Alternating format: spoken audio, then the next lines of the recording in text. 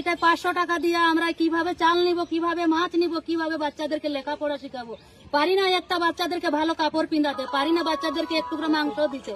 এই মাংস না দেওয়ার পরে বাচ্চারা যখন কান্দে উঠে, মা আমাকে খেতে দাও, একটু করে মাংস দেও, তখন বাচ্চাদের গালে আমরা দুটো চোর মারতে বাধ্য থাকি। কিন্তু শুরু করিতেছি মহান সৃষ্টিকর্তার নামে, যিনি পরম করুণাময় এবং অত্যন্ত দয়ালু। আমার পিছনে যাদেরকে দেখতেছেন তারা হচ্ছেন গিয়ে চা বাগানের শ্রমিক ভাই বোনেরা। তারা কয়েকদিন ধরে এই বাগানে এখন আর কাজ করতেছেন না, তারা স্ট্রাইক ডেকেছেন, মানে হরতাল ডেকেছেন। তাদের কথা হচ্ছে গিয়ে যে আপনারা এই ধরনের নির্যাতন আর নিপীড়ন তারা আর সহ্য করবেন না। আপনারা জানেন যে একজন চা বাগানের শ্রমিক ভাই বা বোন প্রতিদিন 120 টাকা করে পান, তাও যদি 23 থেকে 24 কেজি চা পাতা ওনারা তুলতে পারেন।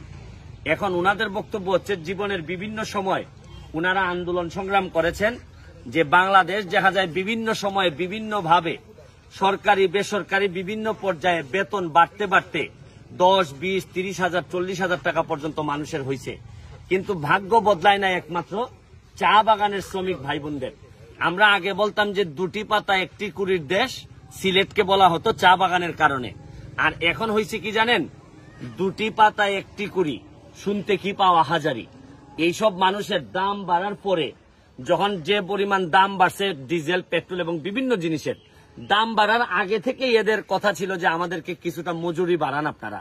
দাম বাড়ার পরে সিএনজি ভাড়া দিতে পারেন না, 120 টাকা একজন শ্রমিক যদি পান, আপনারা চিন্তা করেন দৈনিক ঠিক এইখান থেকে এই বাগান থেকে যদি এরা 10 থেকে 15 কিলোমিটার দূরে যায়, তাইলে একজন শ্রমিক 500 থেকে 600 টাকা পাওয়ার সুযোগ আছে। তারপরে ওনারা বাগান ছেড়ে যান না, কারণ বাগানের চায়ের যে শিল্পটা এটা ওনাদের উপরে নির্ভর করে। 120 টাকা দিয়ে না একটা মাছ কেনা যায়, না চাল কেনা যাচ্ছে, না সিএনজি ভাড়া দেওয়া যাচ্ছে, না বাচ্চাদেরকে এরা স্কুলে পাঠাইতে পারতেছেন।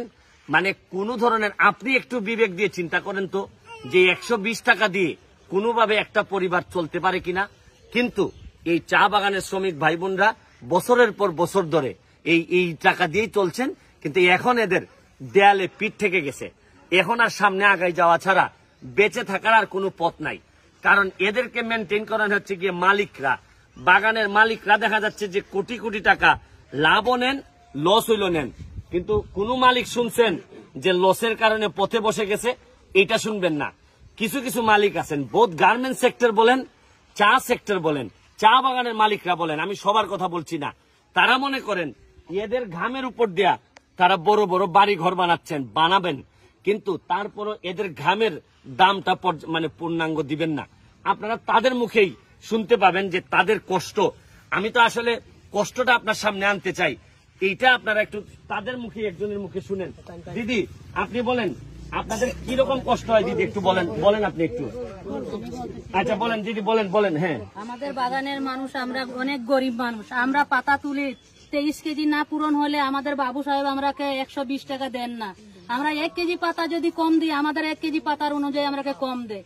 আমরা এই টাকা নিয়ে 120 টাকা নিয়ে আমরা কি এটা সংসারে পেটে ভাত দিব, না আমাদের বাচ্চা কুচ্চার লেখাপড়া শিখাবো, না আমাদের পেটের খাদ্য জোগাড় করব? আমরা সপ্তাহ দিনে পাই 840 টাকা। 840 টাকা থেকেও আমাদের কাটে রেখা নেই, 200-250 টাকা কাটা নেই আমাদের পয়সা। আমরা এটা 500 টাকা দিয়ে আমরা কিভাবে চাল নিব, কিভাবে মাছ নিব, কিভাবে বাচ্চাদেরকে লেখাপড়া শিখাবো? পারি না একটা বাচ্চাদেরকে ভালো কাপড় পিন্ধাতে, পারি না বাচ্চাদেরকে একটু করে মাংস দিতে। এই মাংস না দেওয়ার পরে বাচ্চারা যখন কান্দে উঠে, মা আমাকে খেতে দাও, একটু করে মাংস দেও, তখন বাচ্চাদের গালে আমরা দুটো চোর মারতে বাধ্য থাকি। কিন্তু না পারি আমাদের পেট ভরাতে, না পারি বাচ্চাদের পেট ভরাতে। আমরা তো কোনো সময় চাই না তাদের কাছে হাত পাততে, এরা কিন্তু হাত পাতলে আমরা পাই যায় না। এরা আমাদের পয়সা করে নিয়ে এরা গাড়ি কিনতে আসে, বাড়ি কিনতে আসে, জমি কিনতে আসে, তারা 2তলা বিল্ডিং বানাইতে আসে। আমরা ঘরে পানি পড়তে আসে, আমরা নম্বর থেকে ভিজে আসি, ঘরে এসে আমরা ভিজা কাপড়ে শুয়ে থাকি। আমাদের কেউ এই কষ্টটা দেখে না। এখন আমরা পথে নেমেছি দেখে এ কইতে আসে তোমরা পথে নেমো না, আমরা তোমাদের ব্যবস্থা করব, কিন্তু কোনো দিনেই করে দিবেন না। আমরাকে নিজের পথ আমরাকে নিজেই বাঁচতে হবে। এখন আমরা হরতাল চাই, আমরা দেশে দেশে হরতাল করব। আমাদের পেটের ভুক লেগেছে, আমরা তাদের কাছে আমরা পেট ভরাতে চাইছি, আমরাকে কেউ যেমন বাধা দিতে পারে না। আমরা এইখানে যেমন আইছি, আমরা কালকে আমরা শায়েস্তাগঞ্জ পর্যন্ত হরতাল করতে আমরা বাধ্য আছি। আমরা যেমন কইছে বঙ্গবন্ধু রক্ত দিছে, আমরাও তার সাথে রক্ত দিয়ে রাস্তাতে আমরাও ভেসে যেতে বাধ্য আছি। সবকে কয়ে দেন একসাথে গুলি মারে আমরাকে শেষ করে দিবে, আমরা এটাতে রাজি আছি। কিন্তু আমরা আর পেছন দিকে পেছবো না, আমরা আগু দিকে আসছি, আগু দিকে আমরা হেঁটে যাবো।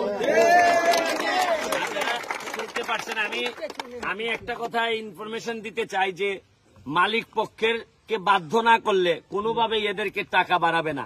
আমি আমার মাননীয় প্রধানমন্ত্রীর কাছে আমার একটা অনুরোধ, বঙ্গবন্ধু এদেরকে ভোটের অধিকার দিছিলেন, ভোটের অধিকার দিয়ে এই দেশের পরিপূর্ণ নাগরিক বানাই দিছেন বঙ্গবন্ধু। আবার বঙ্গবন্ধু কন্যা আপনি ছাড়া এদেরকে ভাগ্য বদলাবে না কেউ, কারণ বেশিরভাগ মানুষই তো সিন্ডিকেটের ভিতর ঢুকে গেছে। একমাত্র আমাদের প্রধানমন্ত্রীর কাছে আমার একটা অনুরোধ যে এই মানুষগুলা শুধু না, বাংলাদেশের যত চা বাগান আছে তাদের পুরাপুরিটা একটা যৌক্তিক দাবি। তারা যদি এখন আন্দোলন করে যাই করুক না কেন, এরা কিন্তু আর পিছাবে না। এদেরকে এই টাকা পয়সার বরাদ্দ দিয়েই বা নিয়েই এরা মাঠ ছাড়বে। আমার হচ্ছে গিয়ে যারা যারা আছেন, মালিক পক্ষের যারা আছেন, সরকারি যারা কর্তৃপক্ষ আছেন, তাদের প্রতি আমার একটা অনুরোধ, এতটা নির্যাতন করেন না। এতটা নির্যাতন করলে এরা যদি দাঁড়াই যায়, মনে রাখেন দীর্ঘ নিঃশ্বাস যখন বড় হয় তখন কিন্তু পলাইয়া আপনাদের জান বাঁচবে না। কারণ এদেরকে আপনারা ভালো করে চিনেন না। এরা যারে ভালোবাসে পুরা হৃদয় দিয়ে ভালোবাসে, আর একবার যদি ঘৃণা করতে শুরু করে দেশ থেকে বাঁচাই আপনাদেরকে জান বাঁচবে না। আমি বলে দিলাম আপনাদের। আমি আবারও জানাচ্ছি যে আপনারা এটা দেখবেন, মানুষকে কষ্ট দিয়েন না। এরা অলরেডি বিভিন্ন জায়গায় যাওয়া শুরু করছে, এদেরকে আর বেশি বাইরে দূরে যাইতে দিয়েন না। দূরে যদি যায় এরা যে সব কথা এদের মধ্যে আছে, এই সব কথা শুনলে লজ্জায় মুখ দেখাইতে পারবেন না। এই জন্যই আমার একটাই দাবি যে এদের সকল দাবি মেনে নিন, কারণ এরা কোনোদিন আপনাদেরকে লস করে নাই। এরা সারা জীবনই আপনাদের মালিক পক্ষের লাভ দিয়ে গেছে, রক্ত দিয়ে গেছে, ঘাম দিয়ে গেছে। তাই এই জন্যই বলি, এদের কথা শুনুন। বঙ্গবন্ধুর সোনার বাংলা এদেরকে নির্যাতিত করে কোনোদিন বঙ্গবন্ধুর সোনার বাংলা হইতে পারে না, কারণ বঙ্গবন্ধুই এদেরকে নাগরিকত্ব দিয়ে গেছেন এবং ভোটাধিকার দিয়ে গেছেন। আর বঙ্গবন্ধুর কন্যা, আমার বিশ্বাস আপনারা যারা বঙ্গবন্ধুর কন্যার আশেপাশে আছেন, উনারা আপনারা চেষ্টা করে বুঝাইয়া এই জিনিসটা বাধ্য করেন মালিক পক্ষকে, নাইলে কিন্তু এটা আমাদের জন্য শুভ হবে না। ভালো থাকুন।